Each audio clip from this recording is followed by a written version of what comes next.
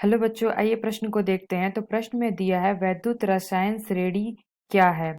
इसकी मुख्य विशेषताओं का वर्णन कीजिए। यह किस प्रकार सहायक है विभिन्न तत्वों की अपेक्षिक अपचायक या ऑक्सीकारक क्षमता की तुलना करने में। आइए मुख्य अवधारणा की चर्चा करते हैं। मुख्य अवधारणा तो प्रश्न में दिया है वैद्युत रासायनिक श्रेणी। तो आइए देखते हैं कि वैद्युत रासायनिक श्रेणी क्या होती है। विद्युत रासायनिक श्रेणी विभिन्न धातुओं को उनके मानक इलेक्ट्रोड विभव के क्रम से रखने पर जो श्रेणी प्राप्त होती है उसे धातुओं की विद्युत रासायनिक श्रेणी कहते हैं। तो वैद्युत रसायन श्रेणी क्या होता है? विभिन्न धातुओं को उनके मानक इलेक्ट्रोड विभव के क्रम से रखने पर जो श्रेणी हमें प्राप्त होती है उसे धातुओं की वैद्युत रसायन श्रेणी कहते हैं, जिसमें धातुओं को मानक हाइड्रोजन इलेक्ट्रोड के सापेक्ष उनके मानक इलेक्ट्रोड विभव के बढ़ते हुए क्रम में रखा गया है। तो वैद्युत रसायन श्रेणी में तत्वों का क्रम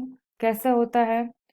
तो उसमें क्या होता है? Lithium, potassium, barium, sodium, magnesium, aluminium, zinc, chromium, iron, cadmium, cobalt, nickel, tin, lead, hydrogen, copper, silver, gold. तो कुछ इस प्रकार का क्रम होता है वैद्युत रसायन श्रेणी में। तो यहाँ पे हमने देखा कि वैद्युत रसायन श्रेणी क्या होता है। तो और आगे क्या लिखा है? इसकी मुख्य विशेषताओं का वर्णन कीजिए। तो विशेषताएं, तो पहली विशेषता क्या है? श्रेणी में यानी कि विद्युत रसायन श्रेणी में नीचे से ऊपर की ओर जाने पर ऑक्सीकृत की दर में वृद्धि होती है। पहली विशेषता क्या है? श्रेणी में नीचे से ऊपर की ओर जाने पे ऑक्सीकृत की दर में वृद्धि होती है। तो ये जो हमारी श्रेणी होती है, अगर हम इसको ऐसे ऊपर से नीचे की ओर लिखते हैं तो क्या होगा? जो नीचे से, अगर हम ये जो श्रेणी है नीचे से ऊपर की ओर जाएंगे तो ऑक्सीकृत की दर में वृद्धि होती है। तो दूसरा पॉइंट देख लेते हैं। तो श्रेणी में ऊपर से नीचे की ओर जाने पर चायक क्षमता में कमी होती है। तो जो श्रेणी होता है उसमें ऊपर से नीचे की ओर जाने पे क्या होता है? अपचायक क्षमता में कमी होती है। तीसरा विशेषता देख लेते हैं।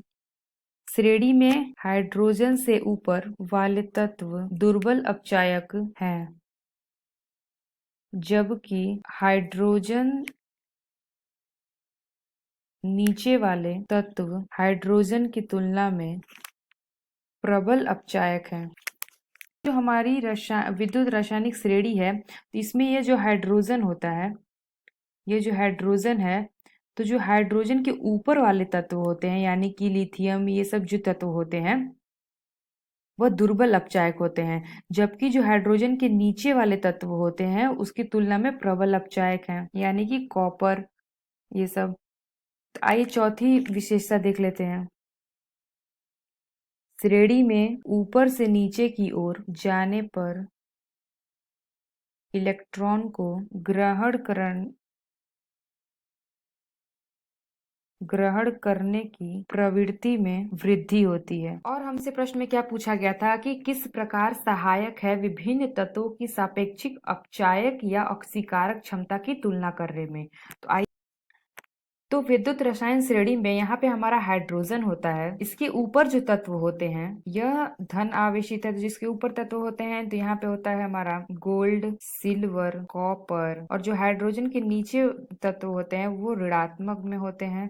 तो यह क्या होता है? यहाँ पे होता है हमारा zinc plus magnesium Mg2+, potassium. तो वैद्युत रसायन श्रेणी में जो इसके ई नॉट होते हैं यानी कि मानक अपचयन विभव ई नॉट, तो जब हम वैद्युत रसायन श्रेणी में ऊपर की ओर जाते हैं तो ई नॉट का मान क्या होता है? बढ़ता है। और जब हम वैद्युत रसायन श्रेणी में नीचे की ओर जाते हैं तो क्या होता है? ई नॉट का मान यानी मानक अपचयन विभव का मान घटता है। और ये हमारा ई नॉट क्या होता है, हाइड्रोजन का ई नॉट मानक अपचयन विभव होता है 0.00। और ये हमारा क्या है, गोल्ड, तो इसका मानक अपचयन विभव होता है धन 1.40 वोल्ट। और सिल्वर का होता है धन 0.80 वोल्ट। कॉपर का होता है 0.52। और जिंक का होता है ऋण 0.76। मैग्नीशियम 0.36। पोटेशियम का 2.93। और लिथियम का ऋण 3.05 वोल्ट। तो यहाँ पे हम देख रहे हैं कि जब हम वैद्युत रसायन श्रेणी में ऊपर की ओर जा रहे हैं तो हमारा जो ई नॉट का मान है वो बढ़ रहा है, और जब हम नीचे की ओर जा रहे हैं तो ई नॉट का मान घट रहा है, यानी कि अधिक ऋणात्मक होते जा रहा है। तो वैद्युत रसायन श्रेणी में जो हमारा ऑक्सीकारक क्षमता होती है वह ऊपर जाने पे बढ़ती है, ऑक्सीकारक ऑक्सीकारक क्षमता बढ़ती है। और यहाँ पे जो ऋण आवेशित है उसमें क्या होता है, अपचायक अपचायक क्षमता क्या होती है, बढ़ती है। तो ये जो सबसे ज्यादा अपचायक कौन सा होता है, लिथियम होता है, क्योंकि ये ज्यादा ऋणात्मक होता है। तो वह धातुएं जो हाइड्रोजन से, ये जो हमारा हाइड्रोजन हाइड्रोजन से प्रबल अपचायक है उनका मानक अपचयन विभव यानी कि ई नॉट अधिक ऋणात्मक होगा। तो ये अपचायक ज्यादा है तो लिथियम इसका अधिक ऋणात्मक है तो ये ज्यादा अपचायक होगा। वैसे ही जो तत्व हमारे हाइड्रोजन से जिनका मानक अपचयन विभव अधिक होगा, जितना ज्यादा धन में होगा यानी कि अधिक होगा, उसकी ऑक्सीकारक क्षमता उतनी ही बढ़ेगी। तो इस प्रकार वैद्युत रसायन श्रेणी की सहायता से हम ऑक्सीकारक क्षमता या अपचयन क्षमता ज्ञात करते हैं। तो इस प्रकार हम वैद्युत रसायन श्रेणी की सहायता से ऑक्सीकारक क्षमता और अपचायक क्षमता की तुलना करते हैं। तो आशा करते हैं आपको समझ में आया होगा। धन्यवाद।